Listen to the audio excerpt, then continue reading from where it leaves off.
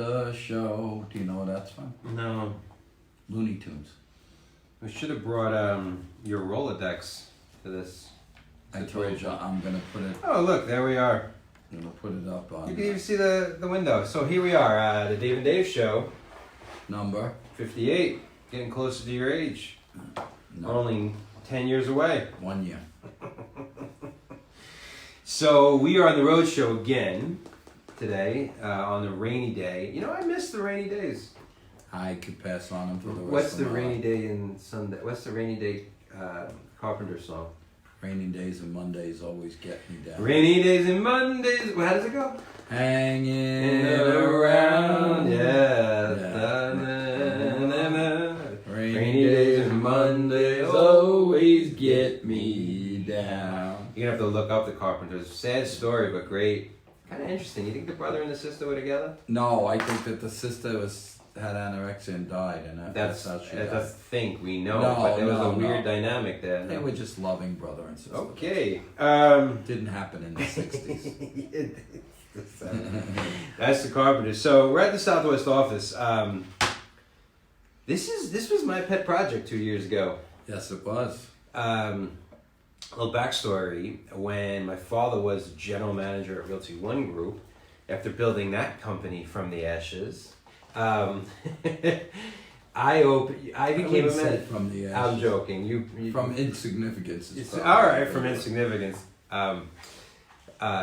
We actually, not me, you brought the Summerlin office to like 600 agents, and we were having a problem. I became a broker, and the Dave and Dave show really began. That time. Right? And at one point we had 685 agents with me and you running that. Yeah, that was insane. So how the story goes, I had no desire. This is kind of the story of me and you and the Dave and Dave. I had no desire to be on the board. He tricked me into being on the board. I had no desire to being a broker. He tricked me into being a broker. But I did want to be in owner of a real estate company. Yeah. And you always say you're the smart one. I had to convince you. You always say you're the smart one. Look what you just said. You're a manipulative one. I'm manipulative. So basically, we were getting so full that we decided with the owner at the time that we needed a Southwest office. And I was only 30. So within a year, we had it up. I had it up to 200 agents. A little over 200. And we were like the fourth busiest in all of town. The great thing about the Southwest office when you were in it was the best producing per agent office. Yeah. So here's the irony. A lot of people don't know. Urban Nest in general, the whole model was built off of what I created off the Southwest. Because what we saw was you could have less agents doing more deals per agent. And remember in our managers meetings, I used to joke that while I may be the smallest, I made the most per agent and I had the most production. Like our agents were the happiest. And we didn't have, there's a tipping point, I believe, in size where there's so many agents at any company, any industry, let's say, right? I think the trick of that tipping point is to supply staff when it gets big. But even staff, what we were having as an issue, and this is what, when you have 2 front desk people and 3 compliance people and multiple managers, too many people touch a file or an issue. And that's when, what I liked about my office in the Southwest, we were lean and mean, is I knew I can go right to the TC, right to the front desk, and we all knew what was going on without it being convoluted. So I think we were doing 160, 170 transactions a month with 215, 220 agents. They're no longer in that position. Well, our Summerlin office at Urban Nest is number 3 out of 1,500 offices. As the saying goes, and if anyone could agree with me, it would be you. Once you go Dave Tina, you never go back. You like that one? No. All right. So when we got pretty big in Summerlin Urban Nest, right? Summerlin Urban Nest. We were like, no good. We need to make sure we keep the broker agent ratio strong. It's funny because someone said to me, "How many agents do you have now?" And I said, "Well, in the last 3 months, we fired 15 of them for doing unethical and Yep. poor things out in the world. I said, so we're actually down a little because we're not a body company. We're an agent, honest, centric company. So I want to talk more about the Southwest, but I want to talk about that first, though, what you just said. One of my mentors, Garrett, says that business people they focus on the wrong numbers. So it's not just in the real estate game. Different industries, they'll focus on top line revenue, right? We did 20 million in sales, where they're not saying that they made only $100,000 in revenue. Like you're focusing, well, I have 800 employees, but your company's not making any money, right? Mm-hmm. They focus on the wrong numbers. And in this industry, the biggest focus on is how many agents do you have? And that's a fallacy. I want to know how many deals per agent are you doing? Because not even how many deals, because you could have a company with 1,600 agents only doing 800 deals a month. That's only half a deal an agent per month. Right. That's not a great thing.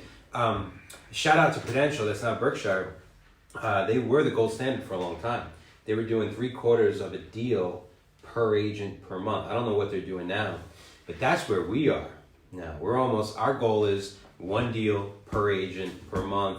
Our best month was 0.8 deals per agent per month. So that's why we're going smaller to get bigger, right? Smaller to get more production, smaller to have happier agents, smaller to have more personalized relationships with our people. But let's get back to the Southwest office. So getting this space was kind of like a coup, right? Remember how, so this I got from my dad. We were in negotiations for the space and we were creating so much excitement around it. And I did a Facebook Live. It was right when I started doing Facebook Lives. You remember this? Mm-hmm. And my father was like, there's so many agents want to come to the Southwest. We got to get it out there, right? Remember this? So I did a Facebook Live in front of this building when it wasn't even completed, saying we are signing the lease right now, and it wasn't even signed yet, but I was so confident. I just had to sign it, right? Right. We were done with negotiations. But we were so excited about it because there was no spaces around this little corridor. So we're right now on Sunset in Durango, okay? And to give you an idea, there's 4 corners of Sunset in Durango. This corner, the southwest corner would be IKEA.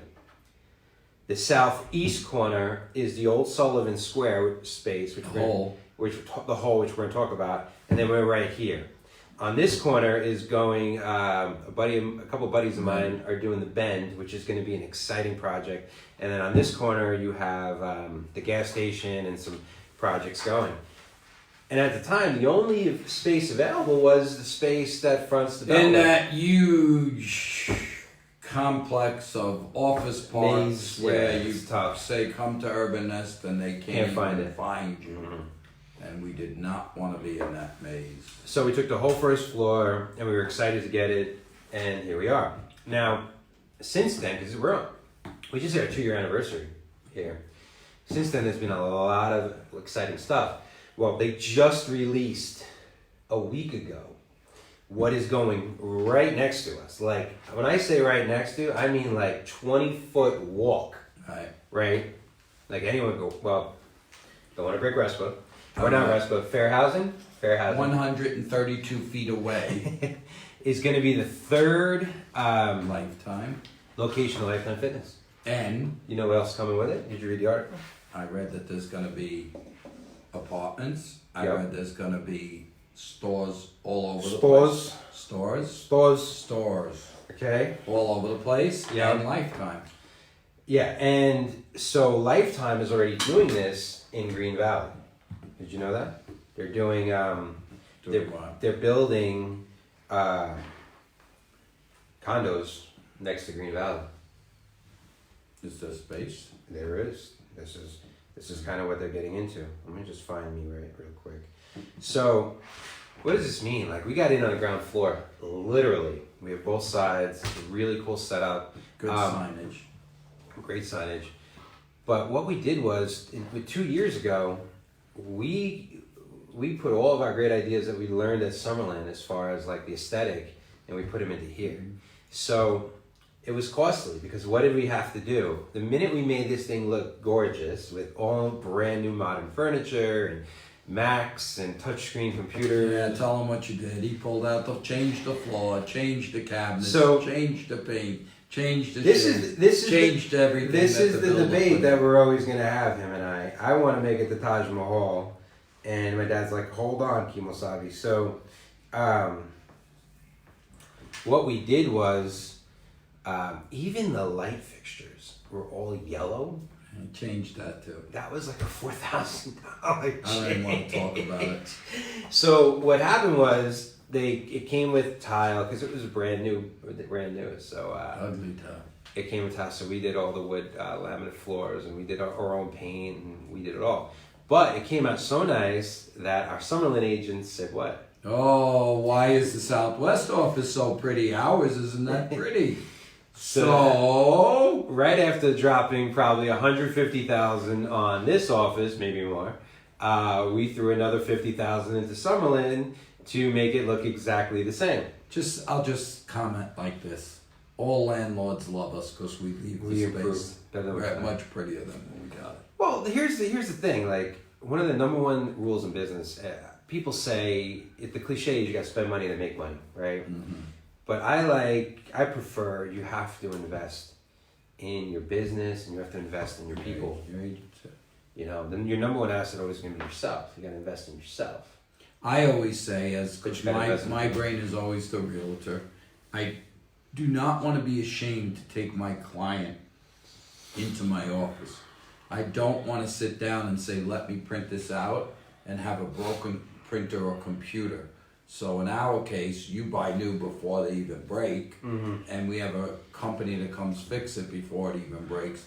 And the reason that's important is because if you're in here and you're showing a house and you don't have first class equipment, it makes you. But wait, you don't even need an office in real estate anymore, right? You could just give away $16,000 of your commissions and go work from the air. Yeah. The cloud. But let me ask you, if you don't need an office, then how come our conference rooms and always packed? Our bullpen with people working are always packed, and our classroom where we teach is always packed? I think you need the great combo of the both, which I think we offer.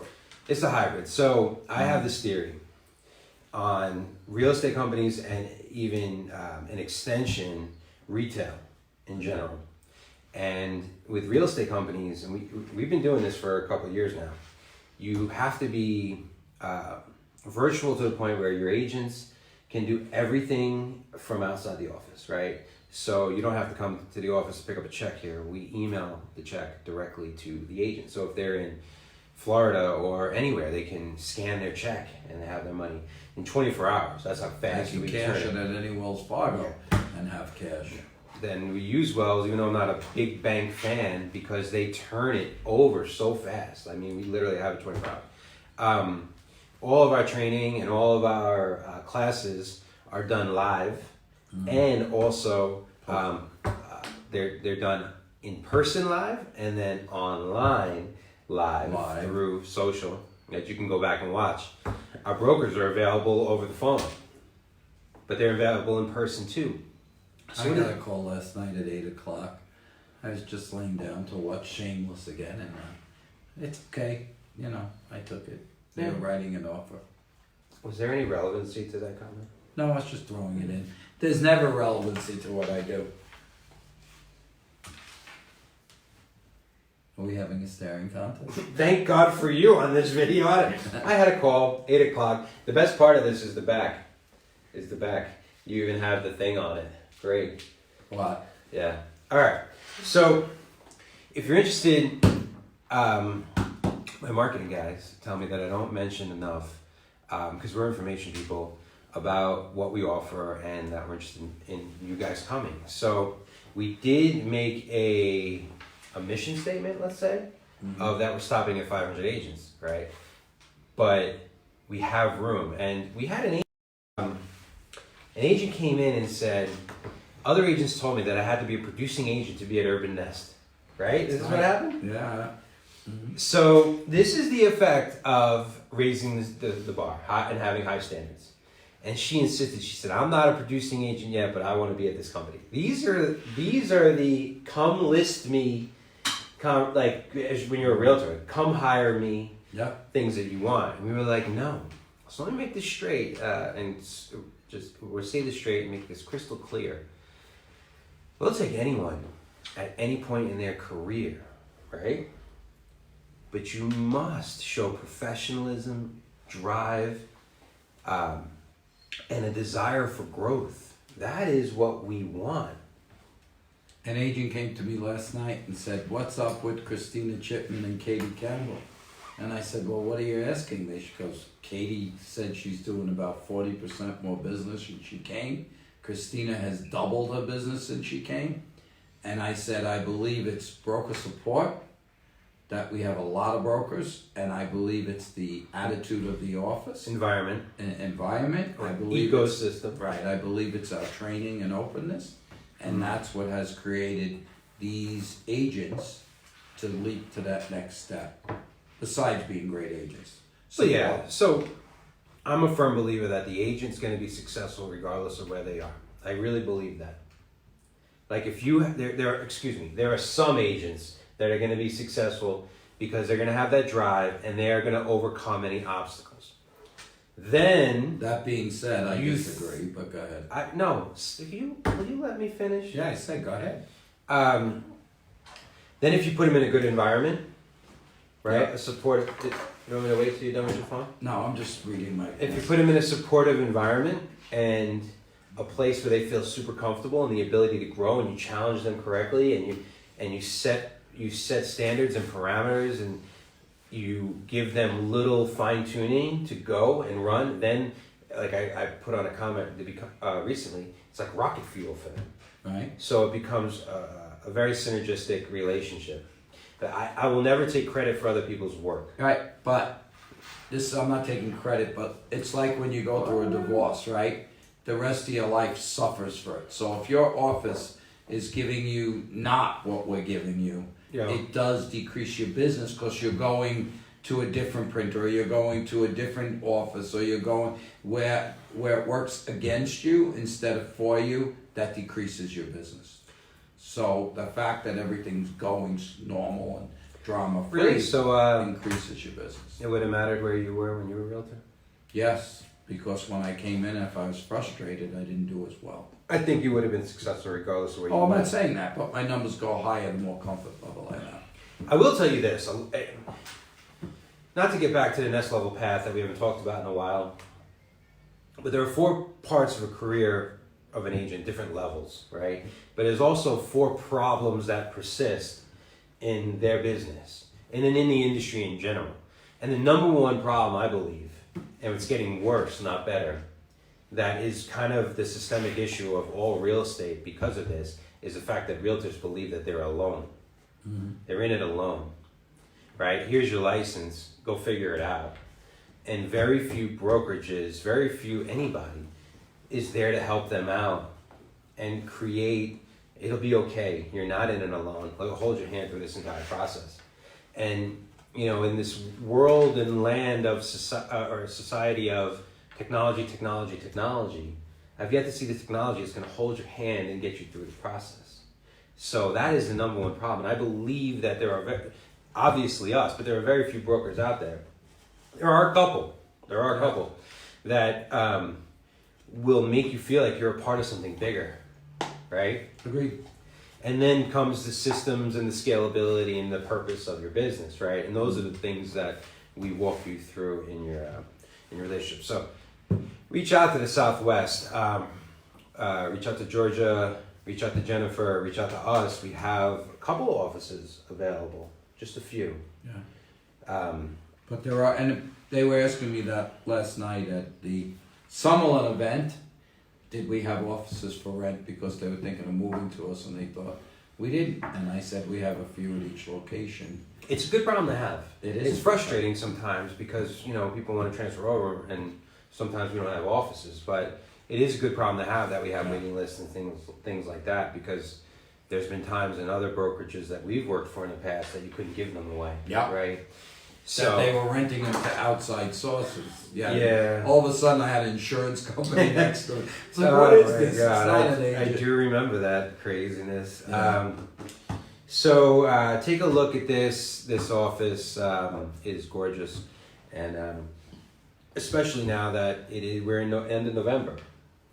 Everyone likes to change. This is realtor movement season. Yeah, and they should come we could tell them all the special things they don't know. Like And back to what that agent said, because we ended up hiring her, and I love her drive that you were telling me about. I love an agent that comes in and is like, you set the standard high, and I love that standard, and I want to meet it, and I want to exceed it. We want to make it clear that we're not for everyone. Like I know this frustrates you, because my father is like, come one, come all. No, you must be committed to being a realtor. And if they do come and say they are committed, they weed themselves out. They do weed themselves. If they say one thing and do another, they weed themselves out. But we're gonna pour so much into you. You bet. We're gonna make sure you, no matter what your career looks like from here on out, you're gonna be an amazing realtor, right? Yep. So, there's an investment on our end. We want to make sure. What are you looking at? I'm snooping. You gave me the window seat. So, yeah, it's. What am I gonna do with him? It's just truly Oscar and Felix. Another reference people have no clue about. You guys know Oscar and Felix? We're getting to The Odd Couple. Anything? The Odd Couple. Nothing. Look it up. Okay. Google it. Do you know who the Carpenters was when he was singing Rainy Day? Oh, you're the Carpenters. Let's hope. All right. But listen. If you're frustrated with this industry and how there's no barrier to entry, there's no standard set, and you're looking for more, and you want to be a part of something big and something better, reach out to us, and we will help you get on that path and that journey. Okay, so I was talking to someone at that Summerlin event yesterday. Yes, which we won an award for. Our agents won an award. We won an award. The agents won. We won an award. A Nambe frame, which we're gonna put a picture of me in. That my father can't re-gift because it says Summerlin on it. Damn it! I opened it up, said Summerlin logo. You want to talk about it? So let's give you a little. We used to live together for a long time. Up until I was what, 22, 23. And my dad is not necessarily a hoarder. I thought it was 38. 38. I was married at 30. I knew he'd bite. I knew he'd bite. We did live 2 houses down, but when we lived together, my dad didn't like to part with things, right? So I'm not a hoarder. This is the Odd Couple again. I like to start completely over. Jimmy! I'm ADD. I'm ADD. Unacceptable for me. What about you? Jimmy! Jimmy's my boy. Jim Fong just walked by. So it frustrated the hell out of me that he'd have all the stuff. So I would try to get rid of my stuff, and he would confiscate it and bring it back into the house. Remember this? I repurposed it. He repurposed it. He repurposed it in his closet or in the garage. So I decided to try an experiment. And every week, I took something out of his closet, and I gave it away or threw it out, wondering if he would ever notice it. Never noticed it. So I did you a favor. Yeah. Never knew. All right. So this was a comment. This was a comment from an attorney buddy of mine, and this was his outside looking in on our industry. Right. I was talking to an agent, and one of our agents, and the agent was like, "This client wants me to work for free. They see no value in realtors, and they just don't get it." And I'm like, "Well, why would you even work? Why would you even work with them, right?" And this is what this guy said. He says, "You know what blows my mind?" He's like, "If you were going into surgery, right, you would want what? The best doctor possible, right? This is your body, right?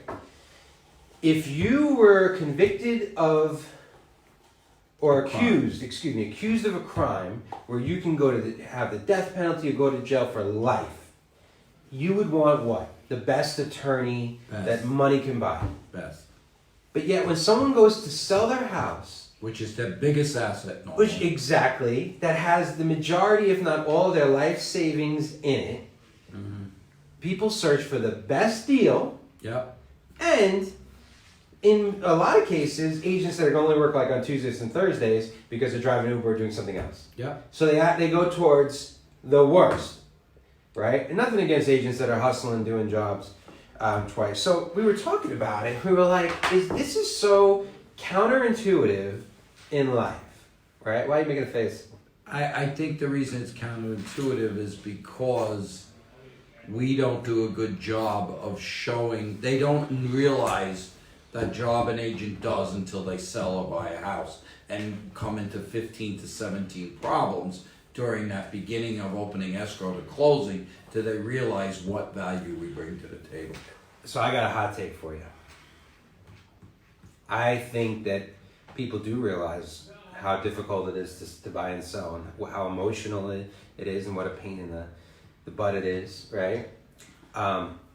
I think the difference is your worst attorney that you're going to come across still had to pass the bar. Your worst surgeon that you come across still had to go to medical school and do that physician's training or whatever they have to do, right? In real estate, you have to sift through a lot of bad realtors or realtors that never had the opportunity to become great realtors because they weren't an urban nest. I mean, that's just the reality. That's not even a sales pitch. That's the reality, right? Well, or the handful of other good ones, right? So there's something to be said from training and live training and one-on-one and listen, if I want to go learn how to fix a truck, right? I could get a truck and take it apart and put it back together and take it apart online. Or exactly. But if I go to a master mechanic, right? An expert, and that man or woman teaches me how to take apart a truck and shows me the right ways to do it, the ways to save time, the ways to not cheap out on this, the way how to work it, right? Mm-hmm. Those 10,000 hours that is going to require for me to become an expert in fixing trucks is going to be that much faster and better because I'm working with someone. YouTube can only teach me so much. There's so much trial and error. I'm going to screw up. I could potentially hurt myself. I could hurt other people, whoever drives the truck. It's a different game. It is. I totally agree. So where you're like, yeah, I agree. We maybe don't communicate how difficult it could be. But the good ones are being pulled down by the unattended agents and then the ones that just don't care. Why are you making a face? That's a great word. Unattended? Unattended. Left to run wild. Am I wrong? I see it every day. Children can raise themselves, but do you think they're going to have a tougher time being a productive adult if they don't have parents? They're going to have a tough time in every point of society.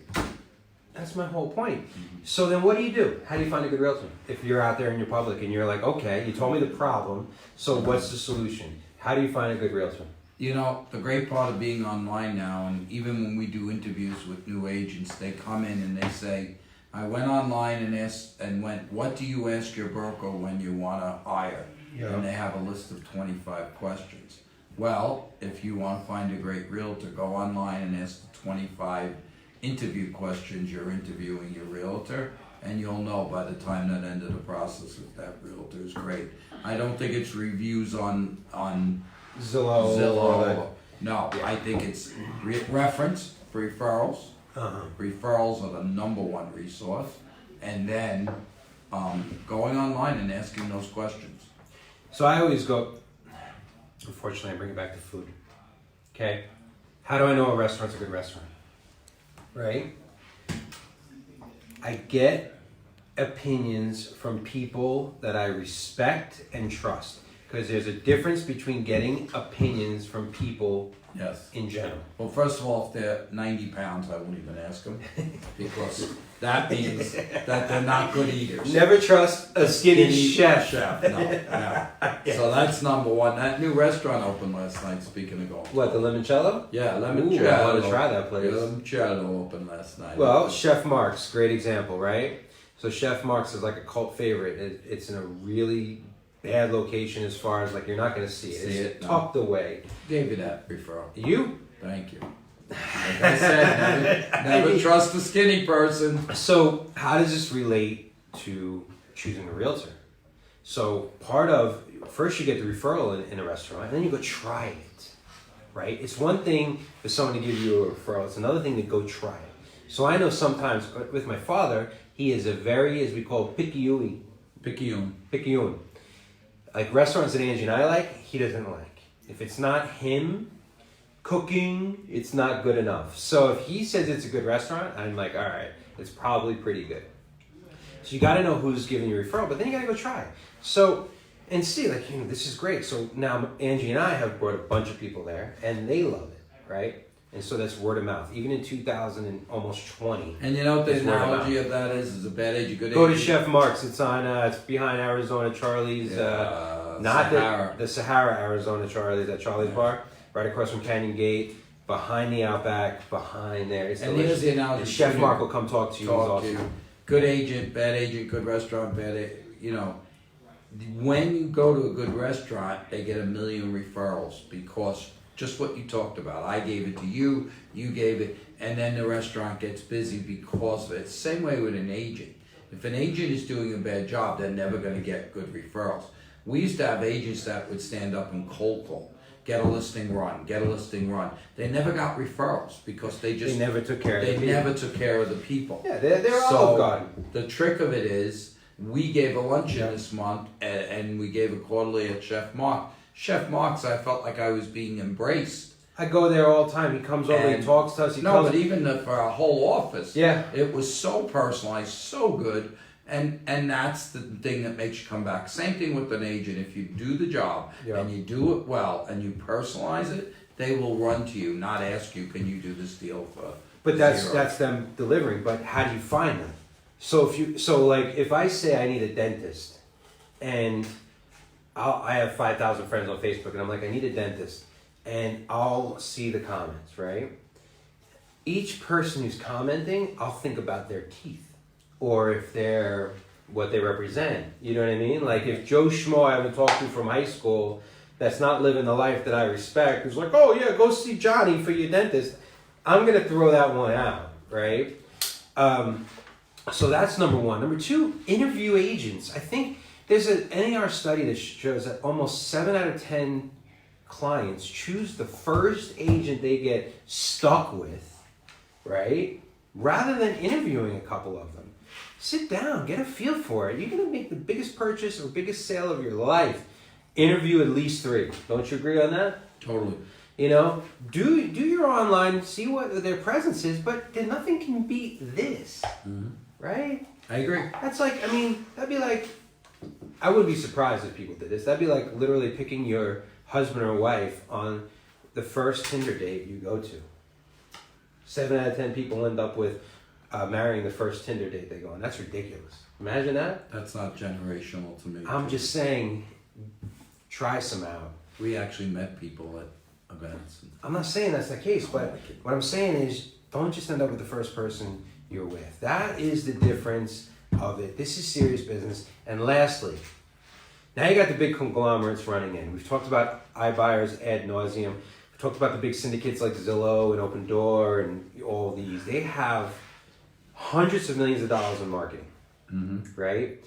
And they have really good marketing. They tell a great story.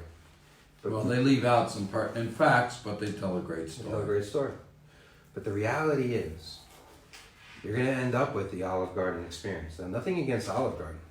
Olive Garden, you can go any state. It's hard for an Italian to use Olive Garden. But you're not going to get that. It's going to be corporatized. It's going to be food that is sourced on a grand scale that isn't the highest quality. A majority of their money is going towards marketing and shareholders. It's not going to be the Chef Mark's experience, the Ada's experience, the Mastriani experience. It's going to be the Olive Garden experience. So just because there's more of them and there's great marketing and you see them everywhere does not mean that they're better, right? They just have a bigger marketing budget. It does not mean the food is better. Most of the time, it's not. You like my analogy? I do. Do you? I do. All right, we're gonna wrap it up with this. So we talked about how you should choose an agent if you're a client. Yep. Right. Now, agents. How should you choose a brokerage? Because the relationship between a broker and an agent is symbiotic to the relation. You like that word? Symbiotic is one of my favorites. The relation, Lion King. The relationship. That's Simba. I know, but it has the same 4 letters. Same 4 letters. Symbiotic and Simba. It's not even in the same ballpark. I know. Sim.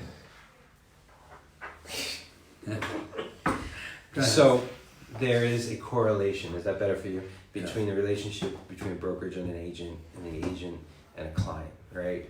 And what we believe here is it comes down to relationships, coaching, consulting, holding your hand, giving you the expert advice, taking care of you. Less people, more reach, go deeper. And the irony of this is the Jerry Maguire moment, right? Of when he's like working for this sports agency that's just bigger. And he's like, no, I want to go deeper with everybody. The irony of this is you think you're leaving money on the table. You think you're not going to serve as many people. And what happens is this crazy interesting thing that I learned from you is the deeper you go with people, the more all of this stuff opens up. Because you're not focused on the money. You're not focused on just getting bigger. You're focused on taking care of the person. So I believe if, our competing brokers out there, this is inside baseball right here. This is how you take care of your agents and you make them better agents. I agree. Right? I agree. Agents, this is how you take care of your clients. This is how you stand apart in a very noisy world with way too much information and way too many gadgets and way too many distractions. Just go focused, go deep, stay in your lane and take care of your people. What do you think of that? You inspired? I'm always inspired. You sure seem it. So, how do you want to do our closing statements today? You want to do, we missed out on 2 things. Go ahead. Buyers, sellers. Well, that's what I was going to talk about. And so I made Billy, our buddy Billy, All Industry Person of the Week. He didn't even know. He called me the other day, told me that he misses me, and we talked. See, even competitors. You could still work together. Billy's one of my best friends in the world. He's a sweetheart. He's a Long Island guy. Mm-hmm. He leans on me. I lean on him. It's good, right? You wanna throw out a competitor or a competitor of the week, industry person of the week that isn't at Urban Nest. Oh, we got a couple shout outs to make too. Go ahead, you do it. I'm going to give my closing. You want to do the shout outs to our 2020 leadership people? Sure. Go for it. No, you go for it. All right, so we're going to be talking more about this in the future. So 2020 is going to be an amazing year at the Nest. We have 3 great people right off the top of my head that are going to be in positions of leadership, helping us and serving us. Number 1, our very own broker, Georgia Papora, is becoming the MLS chair, which is the equivalent of the president of the MLS subsidiary of GLAR. She's going to be, we have a lot of exciting things coming on the MLS. I was on it, I created the subsidiary, and a lot of great things, so congratulations to Georgia. Congratulations to Christina Chipman, 2020 Women's Council President. We just had her installation on Saturday. You would be hard pressed to find someone more real and more caring than Christina. She's an amazing person. And then the guy next to me, the old school, the Vito Corleone of this Godfather family, is the 2020 Regional Vice President of NAR, National Association of Realtors, the big brother of real estate. They are, so my dad's the Regional Vice President, which is essentially the main guy for 6 states, Region 11. Wyoming, Utah, Colorado, New Mexico, Arizona, and Nevada, which I'll be driving through all 6 of those states probably next week. So we have some great leadership in 2020. Much to his chagrin, I am not the state president 2020 because my girlfriend and I am married to is this urban nest. So we wanted to put that out there. Buyer seller market. Okay, I'm going to go. Median price, up or down this month? Has it come out yet? Yeah, down to 307. Okay. So it's up to 310. Now it's 307. 307. Interest rates, up or down this month? Down. Here's what I'm saying. Everyone is getting holiday fixated. This is the holiday time. Fixated? You bet. Christmas, Hanukkah, whatever, Thanksgiving. Kwanzaa. This is the time to go buy a house. Median price is down. Interest rates are down. This is the time where people will negotiate. This is the time where there's mortgage money and people will get a better deal on rates. So if you're looking to buy, it is a buyer's market. Here we go again. That's my say. Go ahead. It's also seller's market. Yeah, it's a seller's and I'm market. gonna tell you what. Go ahead. Because basically what you're telling people is if you're a seller, don't put your house on the market. No, I'm not. Because you're going to be in the worst position No, possible. I'm not.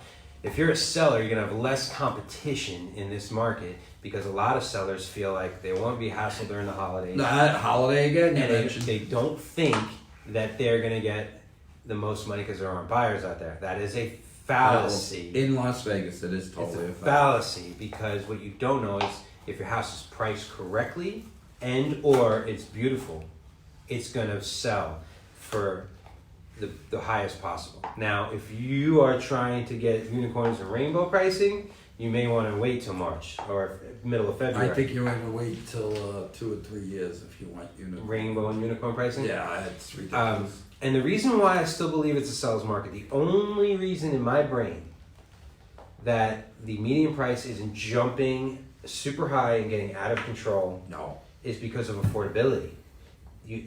People of Las Vegas cannot afford to go higher than this, and even if what usually happens when you can't afford is the lenders come out with products that stretch affordability, and because of excellent government regulations, they have prevented buyers from overextending themselves and putting themselves in bad situations. So appraisals and lending programs have tapped out how high we can go. They've also free funds and stuff. Remember President Obama gave the 8,000. Yes. There's no program. So yes, it's a buyer's market. If it's a house been on the market for 180 days and no one's looking at it, it needs some love and work. You can get some really good deals. Also, high end, if you're overpriced, is really stagnant right now.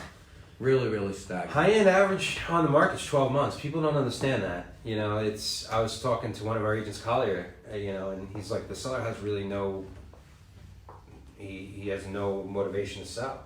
So I'm like, well, then just wait it out. You could put it at the price where you need to go. So me personally, there's 2 houses that I have my eye on that have now been on the market almost a year.